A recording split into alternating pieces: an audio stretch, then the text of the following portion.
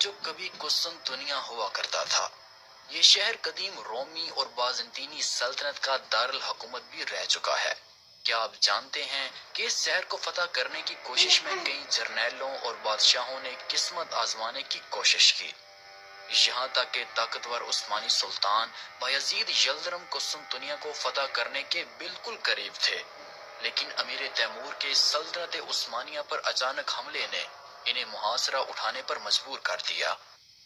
لیکن کسے معلوم کہ اس شہر کی فتح اس عثمانی سلطان کے ہاتھوں ہوگی، جس کی عمر ابھی بمشکل 20 سال تھی۔ جی ہاں، وہی سلطان کہ جنہیں میں اور آپ سلطان محمد فاتح کے نام سے جانتے ہیں۔ سلطان محمد فاتح اس وقت ایدین شہر میں تھے جب انہیں اپنے والد سلطان مراد کی وفات کی اطلاع ملی۔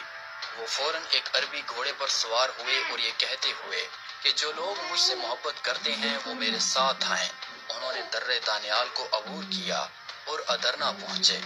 تخت نشینی کے وقت ینیچری کی خوشنودی حاصل کرنے کی غرض سے انہوں نے انعامات تقسیم کیے، جس سے آئندہ کے لیے مثال قائم ہو گئی اور ینیچری میں بھی اپنی اہمیت کا احساس پیدا ہو گیا۔ سلطنت کو ہاتھ میں لینے کے بعد سلطان محمد فاتح نے یہ سوچ لیا تھا کہ وہ قسطنطنیہ کو فتح کر کے رہیں گے، لیکن انہوں نے پہلے ایشیائے کوچک کی بغاوتوں کو ختم کیا اور امیر کرمانیہ سے صلح کی اور اس کی بیٹی سے نکاح کیا۔ اس کے بعد 3 سال کے لیے ہونیاڈے سے بھی صلح کر لی، جس کی وجہ سے شمالی یورپ کی طرف سے کوئی خطرہ باقی نہ رہا۔ پھر سلطان نے ایک فوج موریہ بھیج دی تاکہ شہنشاہ کے بھائی جو وہاں حکومت کرتے تھے قسطنطنیہ کی مدد کرنے سے روک دیے جائیں۔ ان تمام احتیاطی تدابیروں سے فارغ ہو کر سلطان نے آبنائے باسفورس کے یورپی ساحل اور قسطنطنیہ سے تقریباً 5 میل کے فاصلے پر ایک زبردست قلعہ تعمیر کرانا شروع کیا۔ قسطنطین نے اس قلعے کی تعمیر کے خلاف احتجاج کیا، لیکن بے سود۔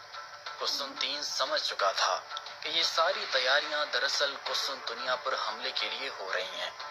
چنانچہ یہ قلعہ 856 ہجری بمطابق 1452 عیسوی کے موسم سرما سے پہلے ہی تیار ہو چکا تھا، اور یوں آبنائے باسفورس اب تمام تر ترکوں کے قبضے میں تھا۔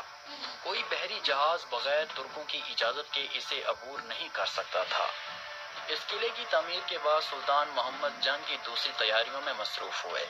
انہوں نے ادرنا میں 1.5 لاکھ فوج جمع کی، لیکن قسطنطنیہ کی فتح کے لیے مفت سپاہیوں